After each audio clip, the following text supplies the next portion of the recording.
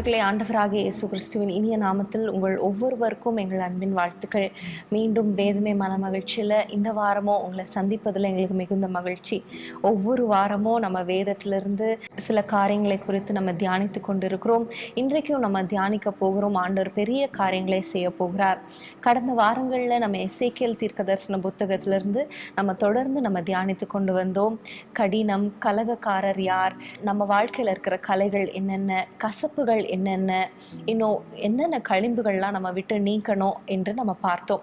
இன்றைக்கும் ஆண்டவர் நம்மோடு பேச போகிறார். நீங்கள் ஆயத்தமாக இருக்கிறீங்களா? இப்பொழுது நம்ம ஜெபம் செய்து நம்ம ஆரம்பிக்கலாம்.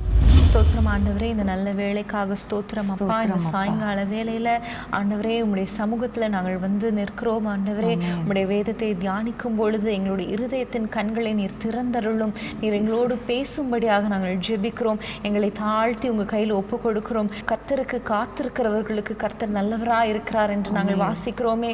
அப்பா, உம்முடைய வசனங்களுக்காக நாங்கள் காத்திருக்கிறோம். உம்முடைய வார்த்தைகளுக்காக நாங்கள் காத்திருக்கிறோம். அப்பா, நீர் எங்களோடு பேசும்படியாக நாங்கள் ஜெபிக்கிறோம். எங்களை தாழ்த்தி ஒப்பு கொடுக்கிறோம். இயேசுவின் நாமத்தில் பிதாவே, ஆமேன். ஆமேன். கடந்த நாட்களில் எசேக்கியேல் தீர்க்கதரிசியின் புத்தகத்திலிருந்து நீ சொன்னது மாதிரி நிறைய காரியங்களை ஆராய்ந்து பார்க்க கர்த்தர் கிருபை பாராட்டினார். இன்றைக்கு நம்ம முக்கியமான ஒரு காரியத்தை நம்ம பார்க்க போகிறோம். அது என்னன்னா, ஆண்டவர் நம்மை எதற்காக தெரிந்து கொண்டார் அல்லது கர்த்தருடைய நோக்கம் என்ன. இப்போ நம்மை குறித்து, ஒவ்வொருவரை குறித்து கர்த்தருடைய நோக்கம் என்ன என்பதை நம்ம பார்க்க போகிறோம்.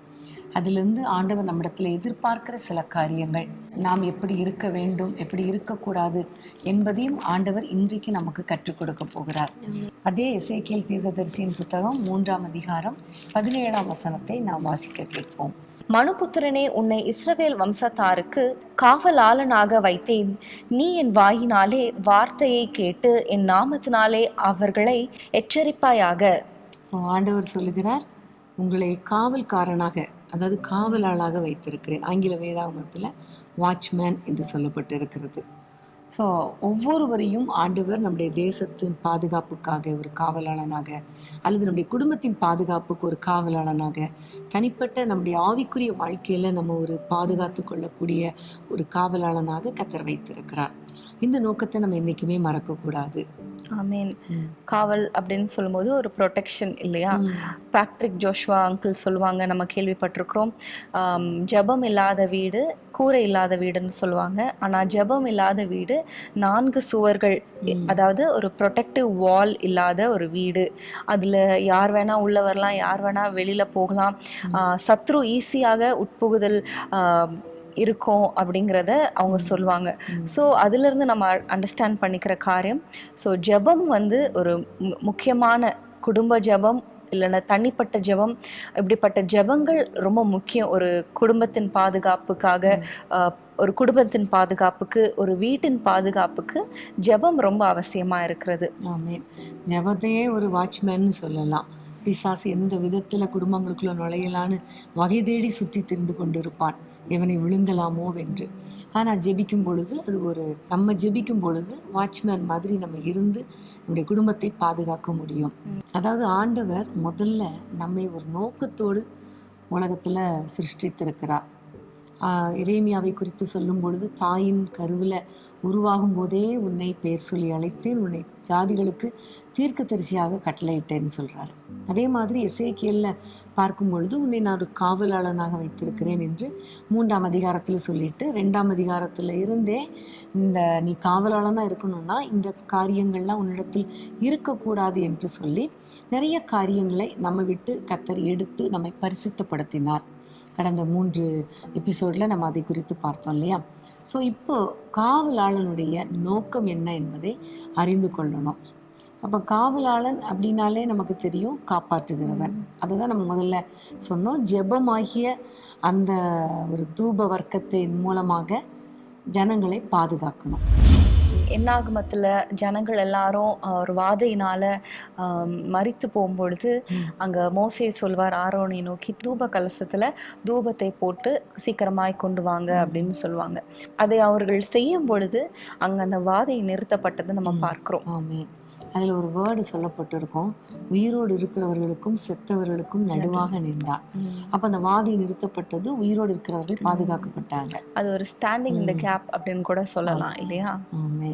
அப்போ நம்முடைய வாழ்க்கையில் இந்த உலகத்தில் நிறைய பேர் அழிந்து கொண்டு இருக்கிறாங்க, குடும்பத்தில் நிறைய பேர் பாவத்தில் மூழ்கி கொண்டு இருக்கிறாங்க.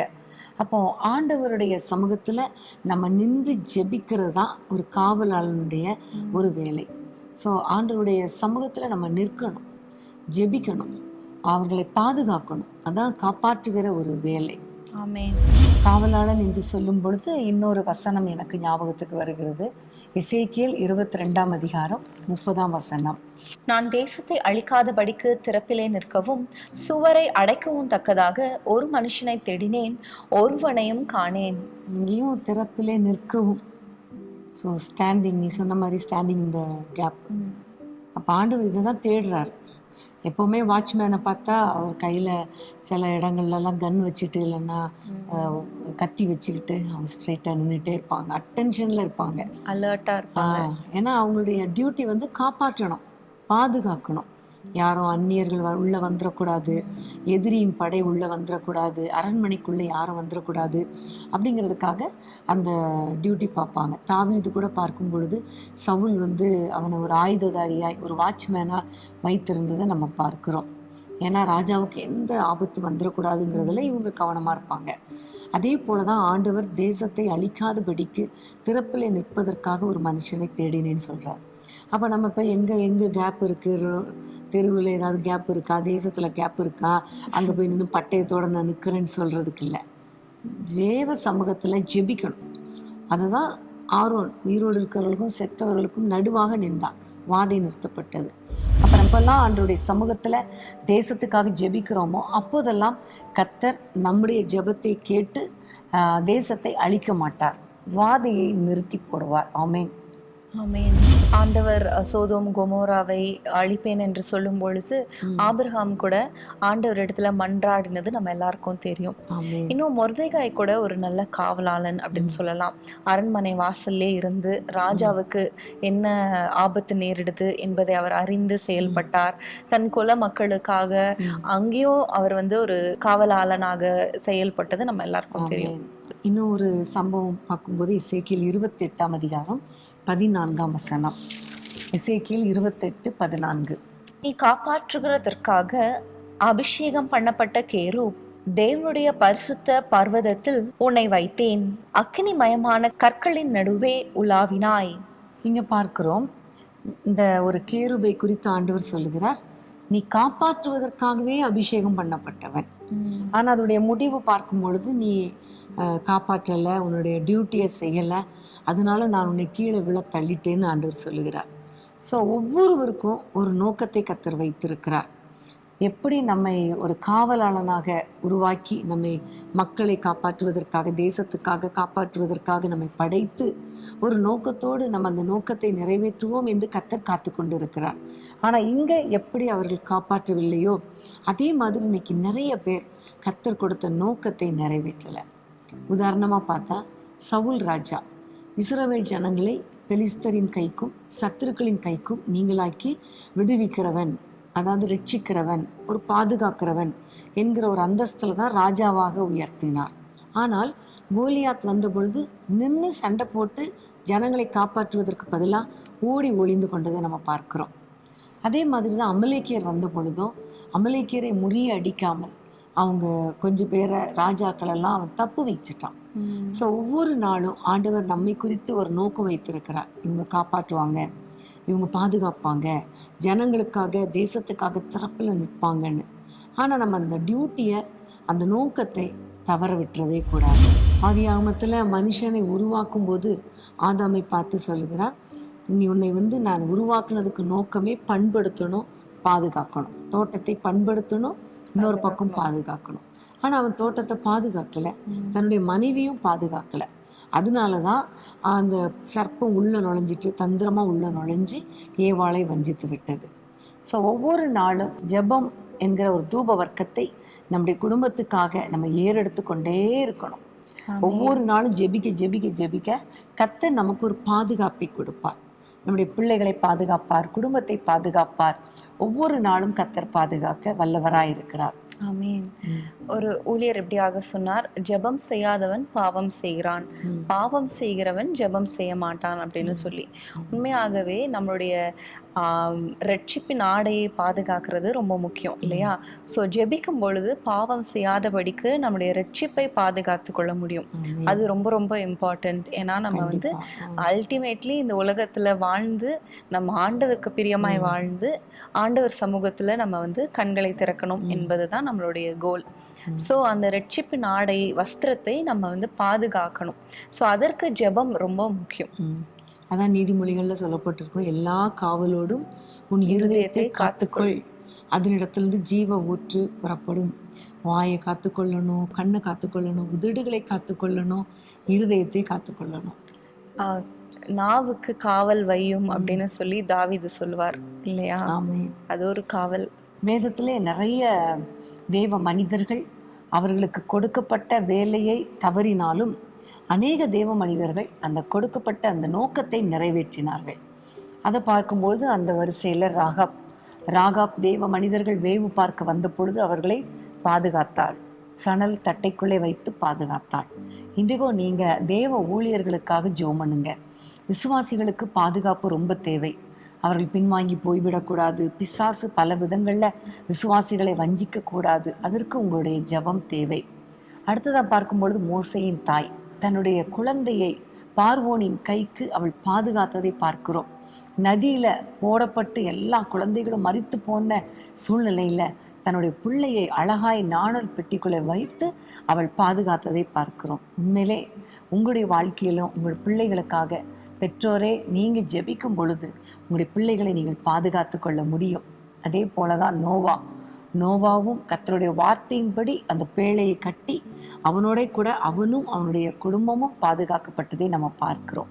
ஸோ ஒவ்வொரு நாளும் ஆண்டவருடைய சமூகத்தில் நம்முடைய குடும்பத்துக்காக ஜெபிக்கும் பொழுது கர்த்தர் நம்முடைய குடும்பங்களை பாதுகாப்பார்.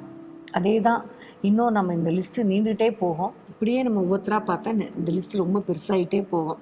ஃபார் எக்ஸாம்பிள் மோசே வந்து இஸ்ரவேல் ஜனங்களுக்காக திறப்பின் வாசலில் நின்று அழுது ஜெபம் பண்ணான்னு நம்ம சங்கீதத்தில் பார்க்குறோம்.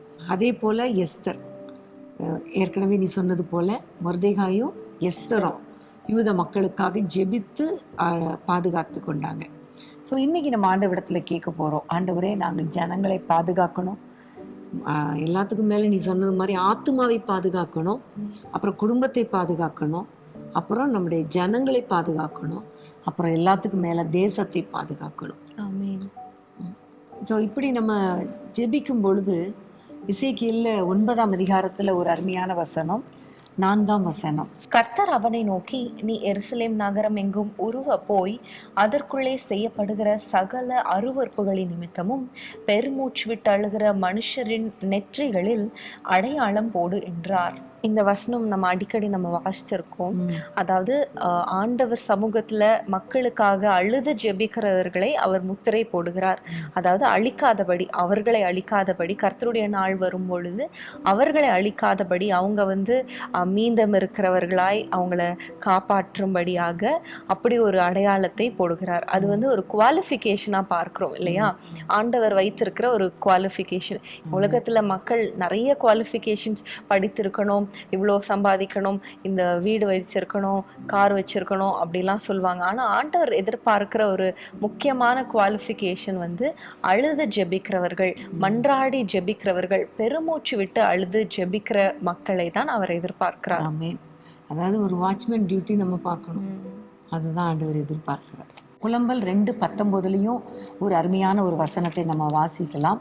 எழுந்திரு, ராத்திரியிலே முதற் ஜாமத்தில் கூப்பிடு, ஆண்டவரின் சமூகத்தில் உன் இருதயத்தை தண்ணீரை போல ஊற்றிவிடு, எல்லா தெருக்களின் முனையிலும் பசியினால் மூர்ச்சித்து போகிற உன் குழந்தைகளின் பிராணனுக்காக உன் கைகளை அவரிடத்திற்கு ஏறிடு. ரொம்ப அருமையான ஒரு வசனம் இல்லையா? அப்போ நம்ம முதற்சாமத்தில் எழுந்துருன்னா ராத்திரி நேரத்துலலாம் நம்ம எழுந்து ஆண்டவரை நோக்கி கூப்பிடணும். அதிகாலையில் ஆண்டவரை நோக்கி கூப்பிடணும், மிட் நைட்டில் ஆண்டவரை நோக்கி கூப்பிடணும். நம்ம இப்போ வந்து அதிகாலையிலையும் ராத்திரியிலையும் மிட் நைட்லேயும் யாருக்காக கூப்பிடுவோம்னா நம்ம பிள்ளைங்களுக்காக நம்ம கூப்பிடுவோம். ஆனா இந்த வசனம் சொல்லுகிறது தெருவில் மூர்ச்சித்து போகிற எல்லா பிள்ளைகளுக்காக. அவங்களெல்லாம் நம்முடைய பிள்ளைகளா நம்ம நினைக்கணும். தெருவில் இருக்க பிள்ளைங்க எத்தனை பேர் பாவத்துக்கு அடிமையாக இருக்கிறாங்க, எத்தனை பேர் கஷ்டப்பட்டு அழிந்து போய் கொண்டு இருக்கிறாங்க, எத்தனை குடும்பங்களில் பிரச்சனைகள். இந்த மக்களுக்காக நம்ம அழுது ஜெபம் பண்ணணும், கைகளை அவரிடத்துக்கு ஏறெடுக்கணும் என்று கர்த்தர் சொல்லுகிறார். ஒருவேளை எனக்கு அழுதெல்லாம் ஜெபம் பண்ண முடியல அப்படின்னா ஆண்டவரிடத்துல கேளுங்க, எனக்கு கண்ணீரின் ஜெபாவியை கொடுங்கப்பா, நான் காத்திருந்து ஜெபிக்கணும், மக்களை பாதுகாக்கணும், என் குடும்பத்தை பாதுகாக்கணும், அதற்கு ஒரு ஆண்டவர் ஒரு கண்ணீரின் ஜெபாவியை தாங்கன்னு கேட்டா சகரியாவில் ஆண்டவர் சொல்லுகிறார், தாவீதின் குடிகள் மேலும் எருசலேமின் குடிகள் மேலும் கண்ணீரின் ஆவியும் விண்ணப்பத்தின் ஆவியும் ஊற்றுவேன்னு சொல்லி இருக்கிறார். அப்படிப்பட்ட ஆண்டவர் நம்ம மேல ஊற்றுவார். ஸோ அந்த அபிஷேகத்தோடு அந்த கண்ணீரின் ஆவியோடு கூட ஆண்டவருடைய சமூகத்துல மக்களுக்காக, தேசத்துக்காக, குடும்பங்களுக்காக, நம்ம குடும்பத்துக்காக, நமக்காக, நம்முடைய ஆத்மாவுக்காக ஜெபிக்கும் பொழுது கண்டிப்பா நம்ம அந்த காவலாளன் டியூட்டியை கேர்ஃபுல்லா பர்ஃபெக்டா செய்து முடிக்க முடியும். ஆமீன். கண்டிப்பாக ஆண்டவர் அவர் எப்படி தன்னுடைய உயிரை பொருட்படுத்தாம நமக்காக அவர் கொடுத்தாரோ, அதே போல அந்த அந்த மிட் நைட்ல முதற் ஜாமத்துல எல்லாவற்றையும் மக்களுக்காக, ஆத்துமாக்களுக்காக நம்மளும் ஜெபிக்கணும், நம்மளும் அதுக்காக பிரயாசப்படணும் என்று எதிர்பார்க்கிறார். ஆமென். இப்பவும் ஆண்டவர் நமக்காக பரிந்து பேசி கொண்டிருக்கிறார். இப்பவும் நம்மை பாதுகாக்கும்படி, நம்முடைய பலவீனங்கள்ல நமக்கு உதவி செய்யும்படி ஆண்டவர் பிதாவை நோக்கி ஜெபம் பண்ணி கொண்டே இருக்கிறார் என்று நம்ம வேதத்துல பார்க்கிறோம். ஸோ நம்ம கண்டிப்பா ஒவ்வொருவரும் இந்த காவலாளனுடைய வேலையை கரெக்டா செய்யணும், அதாவது காப்பாற்றணும், ஜெபத்தின் மூலமாக பாதுகாக்கணும். அடுத்ததாக நம்ம பார்க்கும் பொழுது ரெண்டாவது டியூட்டின்னு கூட சொல்லலாம், வாட்ச்மேனுடைய ஒரு டியூட்டி. அதாவது அதே வசனம் தான், எசேக்கியேல் 3:17 திரும்ப வாசிப்போம். மனுபுத்திரனே, உன்னை இஸ்ரவேல் வம்சத்தாருக்கு காவலாளனாக வைத்தேன். நீ என் வாயினாலே வார்த்தையை கேட்டு என் நாமத்தினாலே அவர்களை எச்சரிப்பாயாக. ஆமென். ஆண்டவர் சொல்லுகிறார், வாட்ச்மேனுடைய அதாவது காவலாளனுடைய இன்னொரு டியூட்டி என்னன்னா, ஆண்டவருடைய சமூகத்துல நின்று அவருடைய வார்த்தையை கேட்டு ஜனங்களை எச்சரிக்கணும். இது ரொம்ப முக்கியமான ஒரு காரியம். இது இன்னும் கொஞ்சம் டீட்டெயிலாக வாசிக்கணும்னா 33ஆம் அதிகாரம் எசேக்கியேல் 33:6 நம்ம வாசிக்கலாம். காவற்காரன் பட்டயம் வருகிறதை கண்டும் அவன் எக்காலம் ஊதாமலும் ஜனங்கள் எச்சரிக்கப்படாமலும் பட்டயம் வந்து அவர்களில் யாதொருவனை வாரிக்கொள்ளுகிறது உண்டானால் அவன் தன் அக்கிரமத்திலே வாரிக்கொள்ளப்பட்டான். ஆனாலும் அவன் இரத்த பழியை காவற்காரன் கையிலே கேட்பேன். காவல்காரனுடைய டியூட்டி ஆண்டவருடைய வார்த்தையை கேட்டு எச்சரிக்கணும். இன்னொரு பக்கம் அழிவு வருகிறத பார்த்து எக்காலம் ஊதி எச்சரிக்கணும். இதுதான் அவனுடைய டியூட்டி.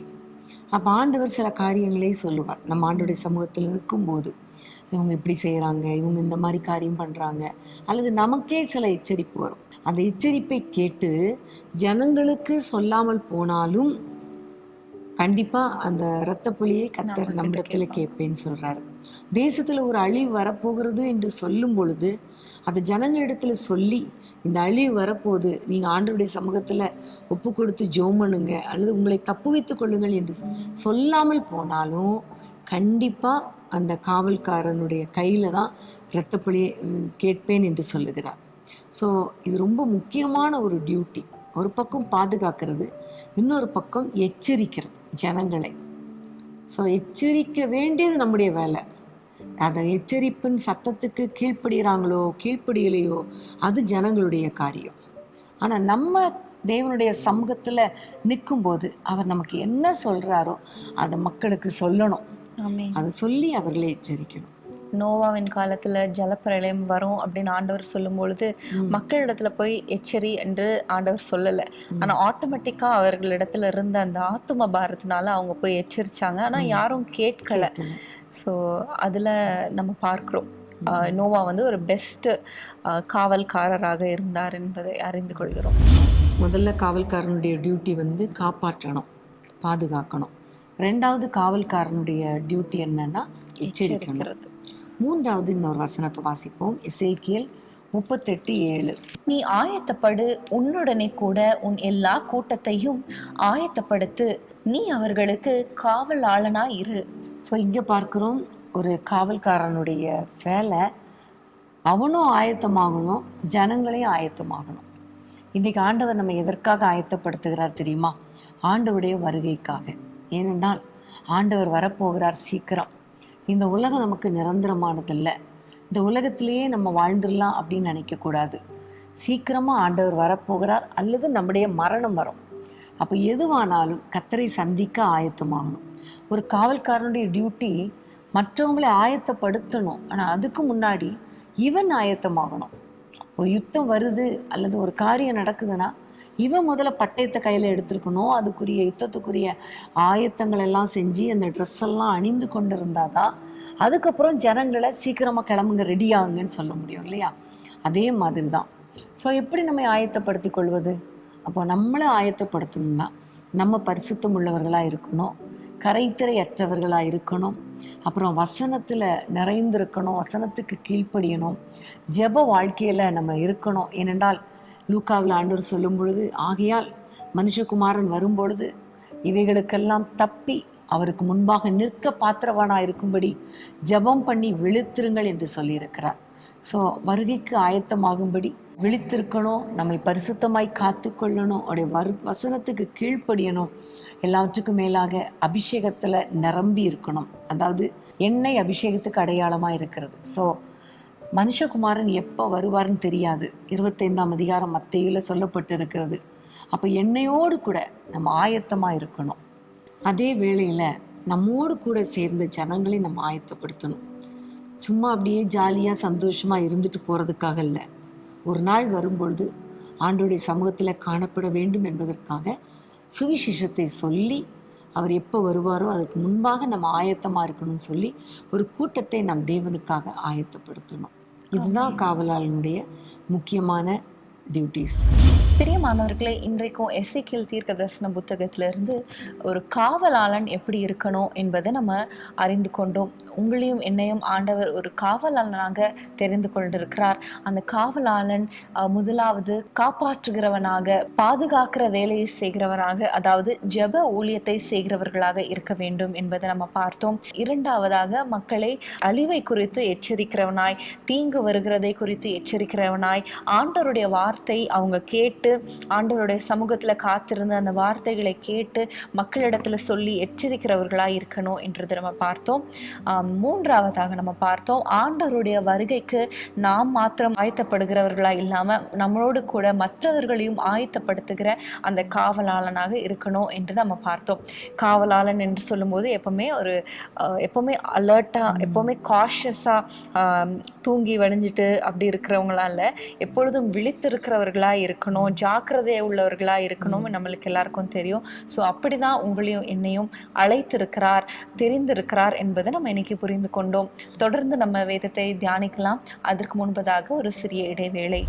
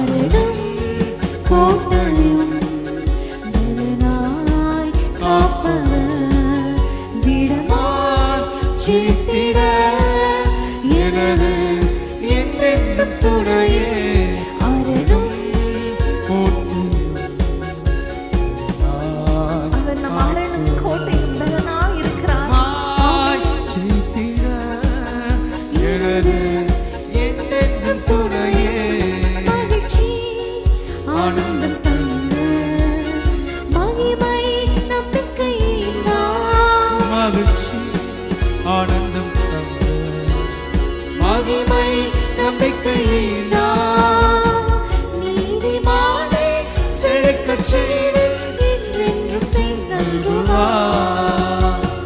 நீதிமானை செழிக்கச் செய்து என்றென்றும் நல்குவார். அருளும் கோட்டையும் திடனாய் காப்பவர் திடமாய் செய்திட எனது என்றென்றும் துணையே. அருளும் கோட்டையும் திடனாய் காப்பவர் செய்திட எனது என்றென்றும் துணையே. மதிலை தாண்டி உம்மா சிறைக்குள் பாய்வே அம்மா மதிலை தாண்டி உம்மா சிறைக்குள் பாய்வே உம்மா மதிலை தாண்டி உம்மா சிறைக்குள் பாய்வே உம்மா மதிலை தாண்டி உம்மா சிறைக்குள் பாய்வே. எதிர்த்து நின்று ஜெயமே அடைவேன் என்றென்றும் துணை செய்கிறார். எதிர்த்து நின்று ஜெயமே அடைவேன் என்றென்றும் துணை செய்கிறார்.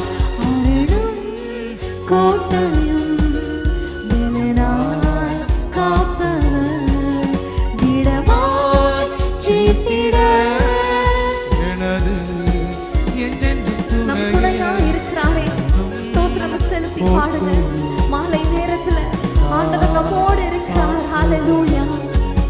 மாய் செய்திட எனது என்றென்றும் துணையே வாழ்வு முன்னேறி செல்ல நல்ல நம்பிக்கையினால் நான் முன்னேறி செல்ல நல்ல நம்பிக்கையினால் இருவை சொரிந்து அன்பை பொழிந்தால் வளர்ந்தே நிலைத்திடுவோம்.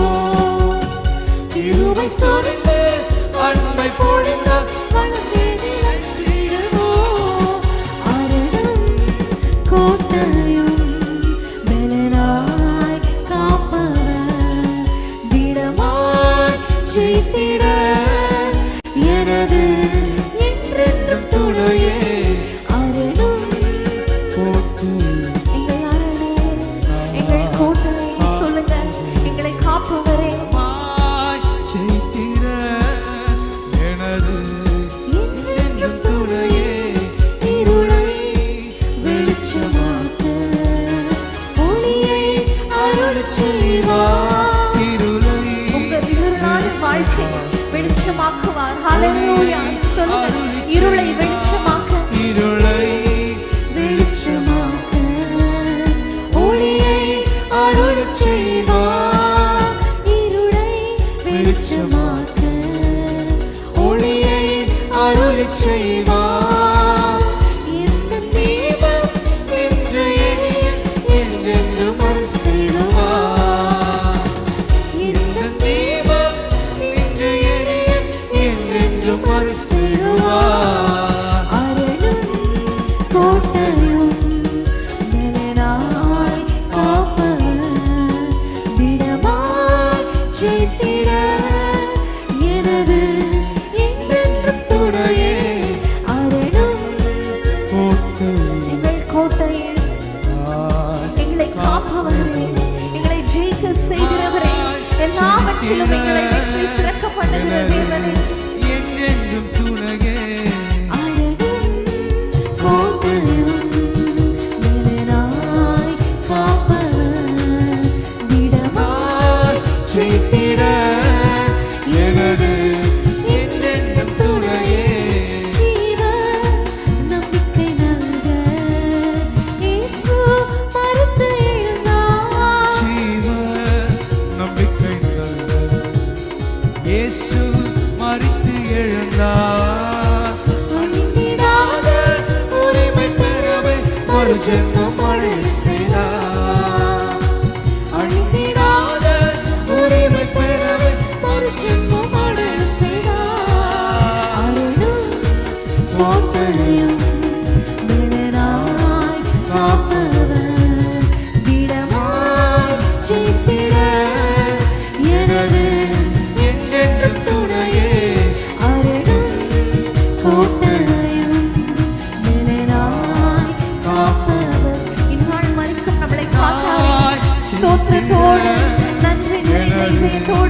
என்றென்றும் துணையே மகிழ்ச்சி ஆனந்தம் தந்த மகிமை நம்பிக்கைதான் மகிழ்ச்சி ஆனந்தம் தந்த மகிமை நம்பிக்கையினால் நீதிமானை செழிக்கச் செய்து என்றென்றும் செல்லுவார். நீதிமானை செழிக்கச் செய்து என்றென்றும் செல்லுவார். அருளும் கோட்டையும் நிழலாய் காப்பவர் திடமாய் சீட்டிட எனது என்றென்றும் துணையே அருளும் கோட்டையும் காப்பவர் திடமாய் சீட்டிட எனது என்றென்றும் துணையே உம்மால் மதிலை தாண்டி உம்மால் சிறைக்குள் பாயே விசுவாசத்தோடு சொல்லுங்கள் நீர் என்னோடு இருக்கும் பொழுது நீர் என் அரணாக இருக்கும் பொழுது சேனைக்குள் நீர் என் கோட்டையாக இருக்கும் பொழுது உம்மால் நான் சேனைக்குள் பாய்வேனே உம்மால் சிறைக்குள் பாயே உம்மால் மதிலை தாண்டி உம்மால் சிறைக்குள் பாயே எதிர்த்து நின்று ஜெயமே அடைவே என்றென்றும் துணை செய்கிறார். எதிர்த்து நின்று ஜெயமே அடைவே என்றென்றும் துணை செய்கிறார். அருளும் போட்டு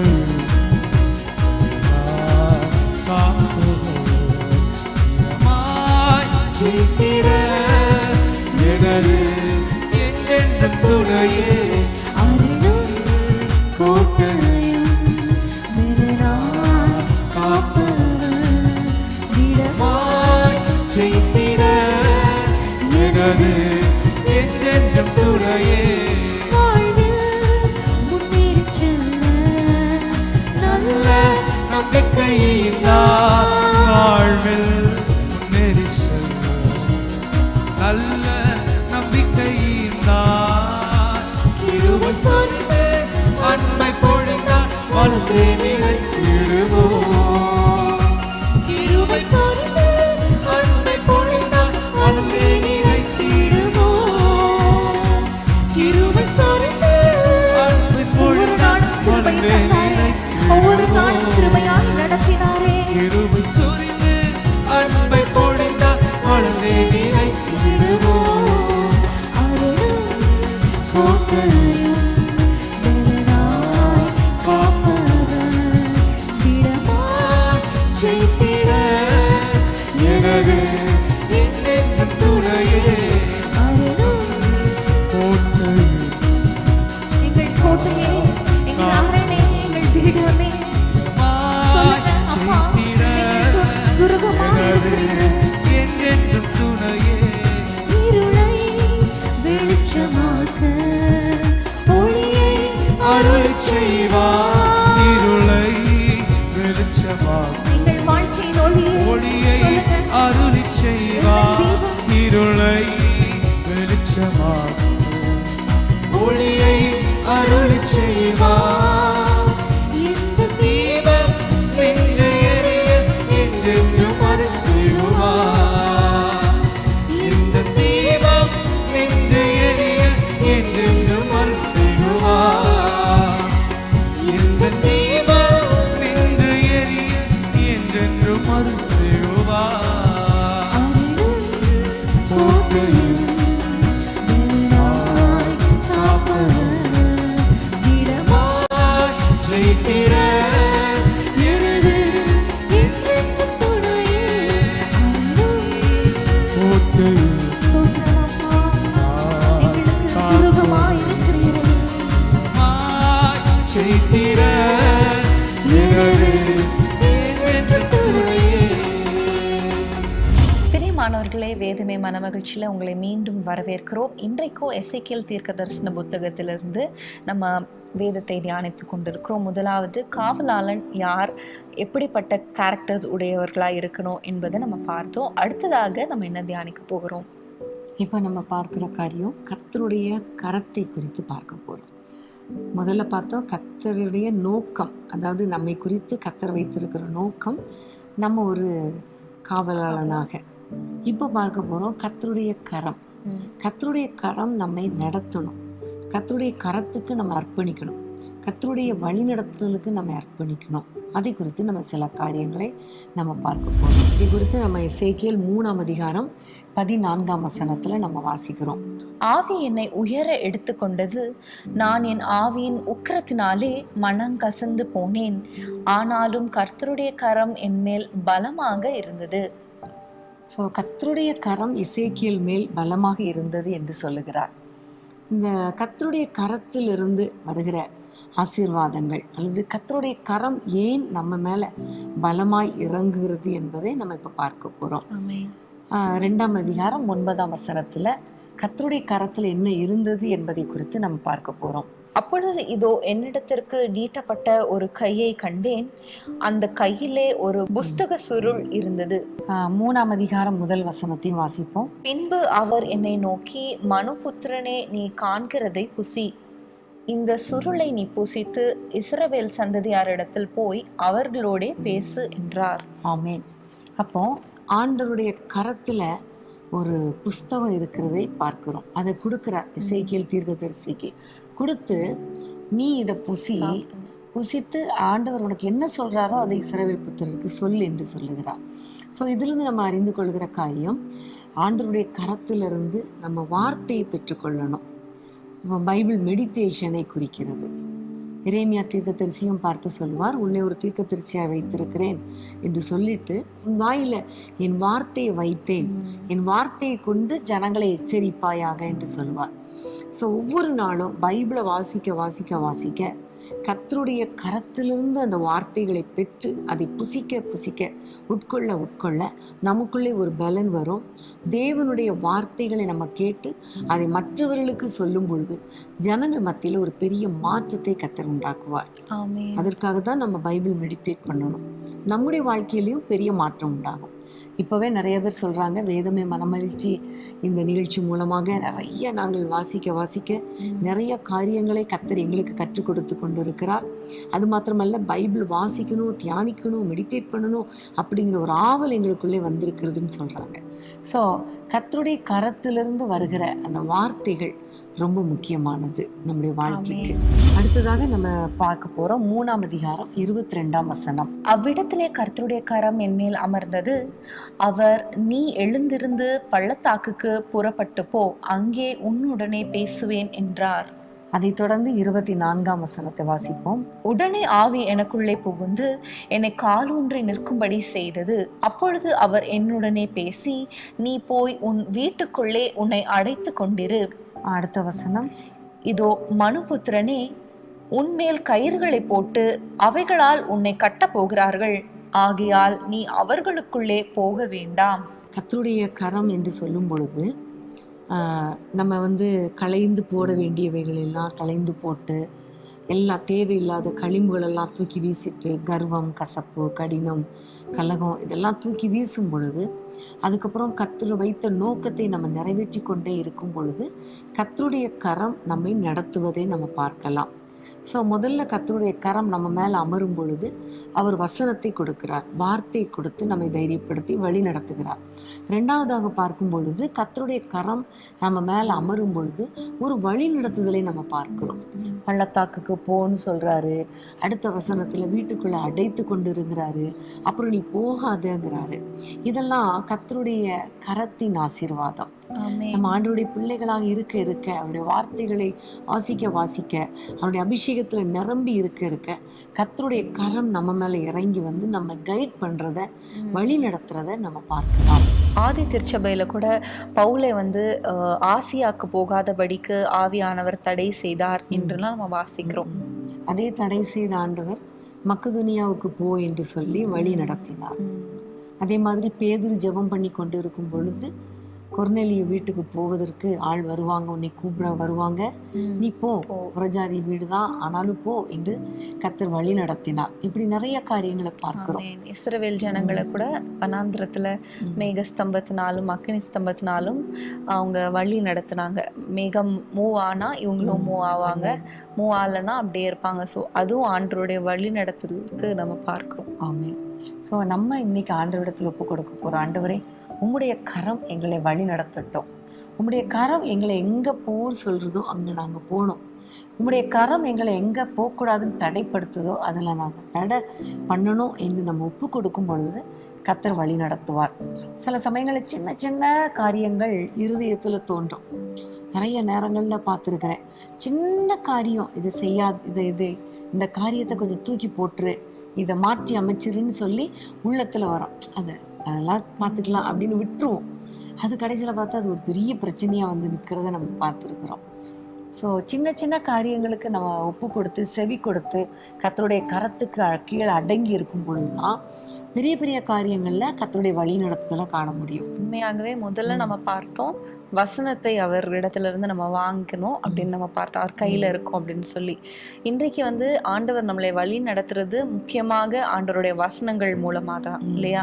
ஸோ வசனங்களை வாசிச்சு, நீங்க சொன்னது போல முதலாவது நம்ம ஆண்டவருடைய வசனங்களை நம்ம வாசிச்சு அதுல தியானிக்கும் போதே நம்ம அதுல இருந்து ஆண்டவருடைய நடத்துதல் என்ன, ஆண்டவருடைய சித்தம் என்ன என்பதை அறிந்து கொள்ளலாம். அதன் வழியாக நம்மளை வழி நடத்துகிற தேவன். ஆமென். இப்போ இன்னும் கர்த்தருடைய கரம் நம்ம மேலே இருக்கும் பொழுது கர்த்தர் எப்படி நம்மை நடத்துகிறார்? எசேக்கியேல் 8ஆம் அதிகாரம் 1 வசனம். 6ஆம் வருஷத்து 6ஆம் மாதம் 5ஆம் தேதியிலே நான் என் வீட்டில் காத்திருந்தேன். உட்கார்ந்திருந்த போதும் யூதாவின் மூப்பர்கள் எனக்கு முன்பாக உட்கார்ந்திருக்கிற போதும் கர்த்தராகிய ஆண்டவருடைய கரம் அங்கே என்மேல் அமர்ந்தது. 1 வசனத்துல பார்த்தோம், ஆண்டவருடைய கரம் எசேக்கியேல் தீர்க்கதரிசி மேலே அமர்ந்ததுன்னு பார்க்குறோம். அதை தொடர்ந்து 3ஆம் வசனத்துல பார்க்கிறோம், கை போல தோன்றினதை அவர் நீட்டி தலைமயிரை பிடித்து தூக்கிட்டு போகிறார் என்பதை நம்ம பார்க்கிறோம். 4ஆம் வசனத்தை வாசிப்போமா? இதோ நான் பள்ளத்தாக்கிலே கண்டிருந்த தரிசனத்துக்கு சரியாக இஸ்ரவேலின் தேவனுடைய மகிமை அங்கே விளங்கினது. இந்த 3ஆம் வசனத்துல இருந்து நம்ம அறிந்து கொள்கிற காரியம், அவருடைய கரம் எசேக்கியேல் தீர்க்கதரிசியை தூக்கி, அதாவது முடிய கூட பிடிச்சி தூக்குனது மாதிரி தூக்கிட்டு போய் அங்க ஆலயத்துக்கு கொண்டு போய் அங்க நிறைய காரியங்களை அவருக்கு தரிசனமாக காட்டுகிறார். ஸோ கர்த்தருடைய கரம் நம்ம மேலே இறங்கி வரும் பொழுது தரிசனங்களை காணக்கூடிய கண்களாக கர்த்தர் மாற்றுவார். உதாரணமாக பார்த்தா இங்கே எசேக்கியேல் தீர்க்கதரிசிக்கு அவருடைய கரம் தூக்கிட்டு போய் ஆலயத்துக்குள்ளே கொண்டு போய் ஆலயத்தில் இருக்கிற விக்கிரகங்கள், ஆலயத்தில் நடக்கிற அருவருப்புகள், இவை எல்லாவற்றையும் காண்பித்து ஜெபிக்கும்படி கர்த்தர் வைக்கிறார். ஸோ நிறைய நேரங்களில் ஆண்டவரிடத்தில் நம்ம கேட்கணும், ஆண்டவரே உலகத்தில் என்னென்ன பிரச்சனைகள் நடக்குது எனக்கு காட்டுங்க அப்படின்னு கேட்கும் பொழுது கர்த்தருடைய கரம் உங்களை நடத்துவது மாத்திரமல்ல, உங்களுக்கு தரிசனங்களை காண்பிக்கும். என்னென்ன காரியங்கள் நடக்கிறது என்பதை கர்த்தருடைய கரம் உங்களுக்கு காண்பிக்க வல்லதாக இருக்கிறது. அதனால்தான் ஆண்டவரே உங்களுடைய கரத்தினால நீங்கள் என்னை தூக்கி உங்களுடைய தரிசனத்தை பார்க்கிற கண்களாக என் கண்களை மாற்றுங்கன்னு கேட்கும்போது கர்த்தருடைய கரம் நம்மை தரிசனங்களுக்கு நேராக நடத்தும். அடுத்ததாக கர்த்தருடைய கரத்தின் கிரியை அல்லது கர்த்தருடைய கரம் நம்மளை நடத்தும் பொழுது என்னென்ன காரியம் என்று பார்க்கும் பொழுது எசேக்கியேல் 37 1 வசனத்தை நம்ம வாசிக்கலாம். கர்த்தருடைய கை என்மேல் அமர்ந்தது. கர்த்தர் என்னை ஆவிக்குள்ளாக்கி வெளியே கொண்டு போய் எலும்புகள் நிறைந்த ஒரு பள்ளத்தாக்கின் நடுவில் நிறுத்தி. கர்த்தருடைய கரம் நம்ம மேலே அமரும் பொழுது கண்டிப்பாக அவர் நம்மை நடத்துகிற தேவனாக இருக்கிறார். எப்படிப்பட்டவர்னா தரிசனங்களை காண்பிக்கிறவர் மாத்திரம் அல்ல, இங்கே பார்க்குறோம் எலும்பு நிறைந்த பள்ளத்தாக்கு கொண்டு போய் அவர் சில காரியங்களை கற்றுக் கொடுக்கிறார். எசேக்கியேல் தீர்க்கதரிசி மூலமாக சில காரியங்களை செய்ய வேண்டும் என்று கர்த்தர் இந்த இடத்துல நடத்துகிறதை பார்க்கிறோம். ஆண்டவர் கேட்கிறார், கரத்தினால கொண்டு போய் அங்கே நிறுத்திட்டு இந்த எலும்புகள் உயிரடையுமான்னு கேட்ட பொழுது நமக்கு தெரிந்த சம்பவம் தான், ஆண்டவரே உமக்கு தெரியும் என்று சொன்ன பொழுது, மனுபுத்திரனே நான் ஆவியை ஊற்றுவேன், நீ தீர்க்க தரிசனம் உடை, அப்பொழுது இந்த எலும்புகள் உயிரடையும் என்று சொன்னார். அதே போல ஆவியை ஆண்டவர் அனுப்பினார். எசேக்கியா தீர்க்க தரிசனம் சொன்னார். அந்த எலும்புகள் எல்லாம் ஒன்றுக்கு ஒன்றோடு இணைந்து உயிரடைந்து மகா பெரிய சேனையாய் நின்றது என்று நம்ம பார்க்கிறோம். ஸோ கர்த்தருடைய கரம் எசேக்கியேல் தீர்க்கதரிசியை நடத்தின பொழுது ஒரு பெரிய காரியத்தை கர்த்தர் செய்தார். முடியாத காரியம், இதெல்லாம் முடியவே முடியாது, இது எப்படி நடக்கும் அப்படிங்கிற மாதிரி. ஆனால் கர்த்தர் அதை முடித்து கொடுத்தார். உலர்ந்த எலும்புகள் உயிரடைவது என்பது முடியாத காரியம். ஆனால் கர்த்தருடைய கரம் நடத்தினா கண்டிப்பா உயிரடையும். அதுதான் குறித்து பார்க்கும் பொழுது 11ஆம் வசனத்துல இஸ்ரவேல் புத்திரர் தான் இந்த உலர்ந்த எலும்புகள். அவங்க சொல்றாங்க, இதோ எங்களுடைய எலும்புகள் உலர்ந்து போயிற்று, எங்களுடைய நம்பிக்கை அற்று போயிற்று, நாங்கள் நறுப்புண்டு போகிறோம் என்று சொல்லுகிறாங்க. ஆனா கர்த்தர் நடத்தும் பொழுது, கர்த்தர் வார்த்தையை கொடுத்து கரத்தினால் நடத்தும் பொழுது அந்த நம்பிக்கையற்று போன சூழ்நிலையில கூட ஒரு நம்பிக்கை வரும். அறுப்புண்டு போகிற சூழ்நிலை வந்தால் கூட நிமிர்ந்து நிற்க முடியும். ஆமென். உங்களுடைய வாழ்க்கையில கூட கர்த்தருடைய கரம் செயல்பட உங்களை ஒப்பு கொடுக்கும் பொழுது அந்த சூழ்நிலைகள் வித்தியாசமா இருந்தாலும், முடியாத சூழ்நிலையா இருந்தாலும், கடினமான சூழ்நிலையா இருந்தாலும், எதிர்மறையான சூழ்நிலையா இருந்தாலும், நம்பிக்கையற்ற சூழ்நிலையா இருந்தாலும் கர்த்தர் அற்புதங்களை செய்வார். உங்களை நிற்க வைப்பார். உங்களுடைய நம்பிக்கை உலர்ந்து போனாலும் மீண்டும் உயிரடையும்படி கர்த்தர் செய்வார். ஒரு பெரிய சேனையாய் நிற்க வைத்து உங்களை ஆசீர்வதிப்பார். ஆமென். பெரிய மாணவர்களே, இன்னும் ஆண்டவருடைய கரம் என்ன செய்யும் என்று பார்க்கும் பொழுது எசேக்கியேல் 47:3 நம்ம இதை வாசிக்கலாம். அந்த புருஷன் தமது கையில் நூலை பிடித்து கொண்டு கிழக்கே புறப்படுகையில் 1000 முழம் அளந்து என்னை தண்ணீரை கடக்க பண்ணினார். தண்ணீர் கணுக்கால் அளவாய் இருந்தது. இந்த வசனத்துல பார்க்கிறோம், ஆண்டவர் நம்மை தண்ணீர் அண்டையில் நடத்துகிறார் என்பதை நம்ம பார்க்கிறோம். தண்ணீர் அபிஷேகத்திற்கு அடையாளமா இருக்கிறது நம்ம எல்லாருக்கும் தெரியும். இதுல நம்ம தொடர்ந்து வாசிக்கும் பொழுது முதல்ல கணுக்கால் அளவு அந்த தண்ணீர் அண்டை கொண்டு போறாரு. கணுக்கால் அளவுன்னு சொல்லும்போது கரையோரத்துல இருக்கிற ஒரு அனுபவம், ரட்சிப்புக்குள்ள வருகிற அந்த ஆரம்ப அனுபவத்தை குறிக்கிறது. அதை தொடர்ந்து ஆண்டவர் முழங்கால் அளவுக்கு நேராக எசேக்கியேல் தீர்க்கதரிசியை நடத்தினதை பார்க்கிறோம். ஸோ முழங்கால் அளவு என்று சொல்லும்பொழுது ஒரு ஜெப வாழ்க்கைக்கு அடையாளமாக இருக்கிறது. ஆவியில நிரம்பி ஜெபிக்கிற ஒரு அடையாளமாக இருக்கிறது. இன்னும் கொஞ்சம் ஆண்டவர் எசேக்கியேல் தீர்க்கதரிசியை அழைத்து கொண்டு போய் அந்த தண்ணீர்களுக்குள்ளே அழகாய் கொண்டு போகிறார். அது இடுப்பளவு இருக்கிறது. இடுப்பு என்று சொல்லும் பொழுதே இடுப்புல சத்தியம் என்னும் அறையை கட்டினவர்களா என்று சொல்லப்பட்டிருக்கிறது. ஸோ வேதத்தின் மகத்துவங்களுக்குள்ளே கர்த்தர் நடத்துகிற அந்த காரியத்தை குறிக்கிறது. இன்னும் கொஞ்சம் கர்த்தர் நடத்துகிறார், கரம் பிடித்து நடத்துகிறார், அழைத்து கொண்டு போகிறார் அந்த தண்ணீர்ல. அதாவது அபிஷேகத்தின் ஆழங்களுக்குள்ள கர்த்தர் கொண்டு போகிறத பார்க்கிறோம். கடைசியா கொண்டு போகும் பொழுது அது நீச்சல் ஆழமாய் மாறுகிறது. நீச்சல் ஆழம் அப்படின்னு சொல்லும் பொழுது கணுக்கால் அளவுல இருக்கும் போதும், இடுப்பளவு இருக்கும் போதும், முழங்கால் அளவு இருக்கும் போதும் கால் தரையில தான் நிற்கும். ஆனால் நீச்சல் ஆழம் போகும் பொழுது கால் தரையை விட்டு மேலே போய் விடுகிறது. இது எதை குறிக்கிறது? ஆவியில நிரம்பி ஜெபிக்க ஜெபிக்க, ஆவியானவருக்கு விட்டு கொடுக்க என் சித்தம் அல்ல எல்லாம் உம்முடைய சித்தம் என்று சொல்லி கம்ப்ளீட்டா ஆண்டவரிடத்துல சரணடைகிற, அவரை சார்ந்து கொள்கிற ஒரு அனுபவத்தை குறிக்கிறது. தரை என்று சொல்லும் பொழுது உலகத்தை குறிக்கிறது.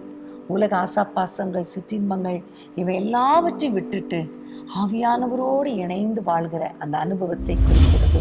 பிரியமானவர்களே, லூக்கா 5ஆம் அதிகாரத்துல ஆண்டவர் சொன்னார், நீங்கள் ஆழத்துல போய் படகை போடுங்கள், வலையை போடுங்கள், நிறைய மீன்களை பிடிப்பீர்கள் என்று சொன்னார் இல்லையா? அப்போ கர்த்தருடைய கரம் நம்மை அப்படியே கொஞ்சம் கொஞ்சமா நடத்தி நடத்தி நடத்தி அபிஷேகத்தின் ஆழங்களுக்குள்ள கொண்டு போகும் பொழுது மீன்களை பிடிக்கிறது போல ஆத்துமாக்களை தேவன் பக்கம் திருப்புகிறவர்களாக கர்த்தர் நம்மை மாற்றுவார். இதுதான் நம்ம தொடர்ந்து வாசிக்கும் பொழுது அந்த நதியின் 2 பக்கத்துலையும் கர்த்தர் நடத்தும் பொழுது நிறைய மரங்கள் இருக்கிறதை காண்பிக்கிறார். அது ஆரோக்கியத்துக்கு அடையாளமாக இருக்கிறது, செழிப்பாக இருக்கிறது. தண்ணி பாயிற இடமெல்லாம் ஆரோக்கியப்பட்டு பிழைக்கும் என்று சொல்லப்பட்டு இருக்கிறது. ஸோ நமக்குள்ள இந்த நதி ஓடும் பொழுது, அபிஷேகத்துக்குள்ள நம்மை நடத்தும் பொழுது, நம்ம எங்கெல்லாம் போகிறோமோ அங்கே ஆரோக்கியம் இருக்கும், நம்ம எங்கெல்லாம் போகிறோமோ செழிப்பு இருக்கும், நம்ம எங்கெல்லாம் போகிறோமோ மக்கள் பிழைப்பார்கள், நம்ம எங்கெல்லாம் போகிறோமோ தொடர்ந்து பார்த்தா மீன்களை பிடிப்பார்கள் என்று சொல்லப்பட்டு இருக்கிறது. ஆத்தும அறுவடையை குறிக்கிறது. ஸோ இன்னும் நம்ம தொடர்ந்து நம்ம அடுத்த பக்கத்துலலாம் பார்த்தோன்னா ஒவ்வொரு மாதத்துலேயும் புது புது கனிகளை கொடுக்கிற மரங்கள் இருந்தது. அதனுடைய இலைகள் வந்து அவிழ்தம், அதாவது ஔஷதம், மெடிசின் உரியது என்று சொல்லப்பட்டிருக்கிறது. ஸோ கனிகள் என்று சொல்லும்பொழுது ஆவியின் கனிகள். அபிஷேகத்தின் ஆழத்துக்குள்ளே போக போக போக போக நம்ம மூலமாக மற்றவங்க ஆசீர்வதிக்கப்படுவாங்க. நம்மக்கிட்ட இருந்து ஆவிக்குரிய கனிகள் வெளிப்படும். ஆமென். ஸோ இதுக்கு மூல காரணம் கர்த்தருடைய கரம் நம்ம மேலே அமரணும், கர்த்தருடைய கரம் நம்மை நடத்தணும், கர்த்தருடைய கரத்துக்கு நம்ம கீழ்ப்படியணும்.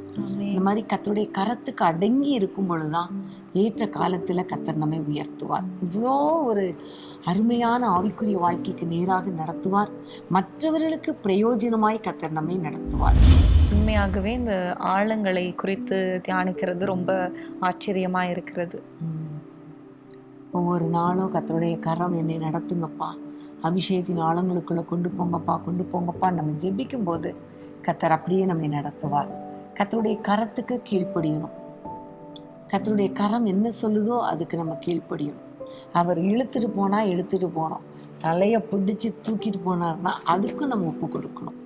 சில சமயங்களில் தலையை பிடிச்சி தூக்குறது வலிக்கும், சில சமயங்களில் கர்த்தர் சில காரியங்களை செய்யும்போது வலிக்கும். ஆனால் அதோடைய முடிவு ஆசீர்வாதமாக இருக்கும். பிரியமானவர்களே, இன்றைக்கும் நம்ம அநேக காரியங்களை நம்ம கற்றுக்கொண்டோம். முதலாவது, கர்த்தர் நம்மை காவலாளனாக வைத்திருக்கிறார் என்பதை நம்ம புரிந்து கொண்டோம். காவலாளன் என்ன செய்ய வேண்டும் என்று பார்க்கும் பொழுது ஒரு பாதுகாப்பின் ஊழியத்தை, காப்பாற்றுகிற ஊழியத்தை செய்யணும். இரண்டாவதாக ஒரு எச்சரிப்பின் ஊழியத்தை செய்ய வேண்டும். மூன்றாவதாக தான் மாத்திரம் ஆயத்தப்படாமல் தன் கூட மற்ற எல்லாரையும் ஆயத்தப்படுத்துகிற ஒரு ஊழியத்தையும் செய்யணும் காவலாளன் என்பதை நம்ம அறிந்து கொண்டோம். கண்டிப்பாக நீங்கள் இதை செய்யும் பொழுது ஆண்டவர் உங்களுடைய நெற்றியில் அவர் முத்திரை போட்டு உங்களை அழிவில் என்று அவர் பாதுகாப்பார். இரண்டாவதாக கர்த்தருடைய கரத்தை நம்ம பார்த்தோம். கர்த்தருடைய கரம் என்ன காரியங்கள் எல்லாம் செய்கிறது என்று நம்ம பார்க்கும் பொழுது, முதலாவது கர்த்தருடைய கரம் வார்த்தைகளை, அவருடைய வசனங்களை நம்மிடத்துல வெளிப்படுத்துகிற கர்த்தருடைய கரமாயிருக்கிறது என்பதை பார்த்தோம். இரண்டாவதாக அவருடைய கரம் நம்மளை வழி நடத்தும், செவ்வையான பாதையில நம்மளை நடத்தும். நாம் நடக்க வேண்டிய வழிகளை நம்மளுக்கு ஆண்டவர் சொல்லி கொடுப்பார். அவருடைய கரம் நம்மளை நடத்தும் என்பதை நம்ம பார்த்தோம். அது மாத்திரமல்ல, மூன்றாவதாக கர்த்தருடைய கரம் நம்மளுக்கு தரிசனங்களை காண்பிக்கிற கரம் என்பதை நம்ம பார்த்தோம். அதாவது தேசத்துல நடக்க போற காரியங்கள், நடக்கிற காரியங்களை தரிசனமாக காண்பித்து அதை குறித்து நம்ம ஜெபிக்க வைக்கிற ஆண்டவருடைய கரம் என்பதை நம்ம அறிந்து கொண்டோம். அடுத்ததாக நம்ம பார்க்கும் பொழுது கர்த்தருடைய கரம் முடியாதவைகளை நடப்பிக்கிற ஒரு அற்புதமான ஒரு கர்த்தருடைய கரம். எப்படி எலும்பு பள்ளத்தாக்குல உள்ள அந்த எலும்புகளை ஒரு சேனையாக காலூன்றி நிற்க செய்கிற அந்த கர்த்தருடைய கரத்தை குறித்து நம்ம தியானித்தோம். அடுத்ததாக ஆழங்களுக்குள்ள, அதாவது அபிஷேகத்தின் ஆழங்களுக்குள்ள நம்மளை நடத்தி செல்கிற கர்த்தருடைய கரம் என்பதை நம்ம பார்த்தோம். அப்படி நம்மை அவர் நடத்தி செல்லும் பொழுது நம்முடைய வாழ்க்கை மற்றவர்களுக்கு பிரயோஜனமாக மாறும். மற்றவர்களுக்கு கனி கொடுக்கிறவர்களாய், மற்றவர்களுக்கு உபயோகமாய் இருக்கிறவர்களாய், மற்றவர்களுக்கு ஆசீர்வாதமான ஒரு வாழ்க்கை வாழ ஆண்டவர் நம்மளை நடத்துவார். இதையெல்லாம் வைத்து நாமும் ஒரு காவலனாக இருக்கணும். ஆண்டவரே நீங்க உங்களுடைய கரத்தினால் எங்களை நடத்துங்க என்று சொல்லி ஜெபிக்கலாமா? ஸ்தோத்திர ஆண்டவரே, நன்றியோடு துதிக்கிறோம் அப்பா. இவ்வளவு நேரம் எசேக்கியேல் தீர்க்கதரிசியின் புத்தகத்திலிருந்து நிறைய காரியங்களை எங்களுக்கு கற்றுக் கொடுத்ததற்காக ஸ்தோத்திரம். குறிப்பாக நீர் எங்கள் மேல் வைத்திருக்கிற நோக்கம், அதாவது காவலாளனாக இருக்க வேண்டும் என்பதை எங்களுக்கு நீங்கள் கற்றுக் கொடுத்தீங்கப்பா. ஆண்டவரே, நாங்கள் உங்களுடைய பிள்ளைகளாக இருந்து உங்களுடைய சித்தத்தை நிறைவேற்ற, நீர் எங்களை உருவாக்கின நோக்கத்தை நிறைவேற்ற ஜெபித்து தேசத்தையும் குடும்பங்களையும் எங்களுடைய ஆத்துமாவையும் காத்துக்கொள்ள எங்கள் ஒவ்வொருவருக்கும் கிருபை தாங்கப்பா. காவல்காரனுடைய வேலையை ஒழுங்காய் செய்யவும், மக்களை எச்சரிக்கவும், உம்முடைய வருகைக்கு ஆயத்தப்படுத்தவும் எங்கள் ஒவ்வொருவருக்கும் கிருபை தாங்கப்பா. அப்படியே ஆண்டவரே, இப்படி உம்முடைய நோக்கத்தை நாங்கள் ஒழுங்காக நிறைவேற்றும் பொழுது உம்முடைய கரத்தின் நிழலினால் எங்களை மூடி மறைக்கிற தேவனாய் இருக்கிறீர். உமக்கு ஸ்தோத்திரம் அப்பா. உம்முடைய கரத்தின் ஆசீர்வாதங்களினால், குறிப்பாக கர்த்தாவே எங்களை வழி நடத்தி உங்களுடைய வார்த்தையினால எங்களை நிரப்பி ஆண்டவரே எங்களுடைய கண்களுக்கு தரிசனங்களை காண்பித்து ஆண்டவரே எங்களை ஆண்டவரே நல்ல ஒரு அருமையான பாதையில் நடத்தி ஆவிக்குரிய சகல ஆசீர்வாதங்கள் எல்லாரும் நிரப்பி எங்களை வழிநடத்துவேன் என்று சொல்லுகிற தயவுக்காய் ஸ்தோத்திரம். அப்பா, எங்களோடு கூட இணைந்து ஜெபித்து கொண்டிருக்கிற ஒவ்வொருவர் மேலும் உம்முடைய கரம் அமரட்டும் அப்பா. அவர்களை வழி நடத்துவீராக, அவர்களை ஆசீர்வதிப்பீராக, நிறைய காரியங்களை கற்றுக் கொடுப்பீராக. உலர்ந்த எலும்புகளை உயிரிட பண்ணின அந்த கரம் இவர்கள் மேல் நீட்டப்படுவதாக ராஜா. முடியாத காரியங்களை முடித்து கொடுங்க, நம்பிக்கையற்ற சூழ்நிலைகளை மாற்றி கொடுங்க. எல்லாவற்றுக்கும் மேலாக அபிஷேகத்தின் ஆழங்களுக்குள்ளே எங்களை கொண்டு போய் நடத்துங்கப்பா. உங்களுடைய கரத்தினால பிடித்து அழைத்து கொண்டு போங்கப்பா. ஆண்டவரே, கணுக்கால் அளவல்ல ஆண்டவரே, முழங்கால் அளவல்ல, இடுப்பளவல்ல, நீச்சல் ஆழத்துக்குள் எங்களை கொண்டு போங்கப்பா. எங்களை நீந்தி நீந்தி மகிழ வைங்கப்பா. பிறருக்கு ஆசீர்வாதமாக எங்களை மாற்றுங்கப்பா. உமக்காக வாழ கிருபை தாங்கப்பா. இந்த பைபிள் ஸ்டடி எங்களுக்கு எவ்வளோ ஆச்சரியமாக இருந்ததப்பா. தொடர்ந்து கர்த்தாவே எங்களை நடத்துவீராக, ஒவ்வொருவரையும் ஆசீர்வதிப்பீராக.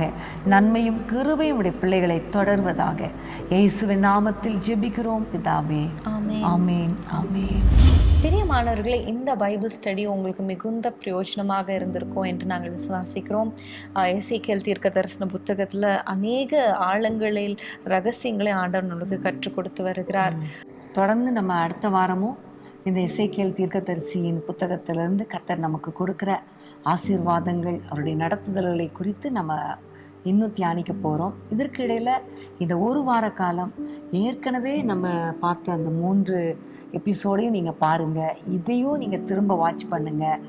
இதுக்கு இடையில் நீங்களும் தியானம் பண்ணுங்கள். எசேக்கியேல் தீர்க்கதரிசியின் புத்தகத்திலிருந்து கர்த்தர் நிச்சயமாகவே உங்களோடு கூட இடைப்படுவார், உங்களை தைரியப்படுத்துவார். மீண்டும் அடுத்த வாரம் உங்களை வேதமே மன மகிழ்ச்சியில் சந்திக்கிறோம். கர்த்தர் உங்களை ஒவ்வொருவரையும் ஆசீர்வதிப்பாராக. ஆமென். பிரியமானவர்களே, நாளை இரவு ஞாயிற்றுக்கிழமை இரவு 9:30 மணிக்கு இரவு ஜெபம் இருக்கிறது. நீங்கள் அதில் கலந்து கொள்ளும்படி உங்களை அன்புடன் கேட்டுக்கொள்கிறோம். 1 மணி வரைக்கும் தான் இந்த இரவு ஜெபம். ஸோ டக்குன்னு முடிஞ்சிரும். குடும்பமாக கலந்து கொண்டு ஆசீர்வாதங்களை பெற்றுக்கொள்ளுங்கள். அன்பான தேவனுடைய பிள்ளைகளே, இச்செய்தி உங்களுக்கு மிகுந்த ஆசீர்வாதமாக இருந்ததென்று நாங்கள் நம்புகிறோம். தொடர்ந்து எங்கள் செய்திகளை கேட்டு கர்த்தருக்குள் ஆசீர்வதிக்கப்பட ஜீசஸ் மீட்ஸ் மினிஸ்ட்ரீஸ் என்கிற எங்கள் யூடியூப் சேனலை சப்ஸ்கிரைப் செய்யுங்கள். மேலும் உங்கள் ஜெப உதவிக்கு எங்களோடு நீங்கள் தொடர்பு கொள்ள வேண்டிய தொலைபேசி எண் 9842252836 மற்றும் 7299546363. Email gpsrobinson@hotmail.com. கர்த்தர் உங்களை ஆசீர்வதிப்பாராக.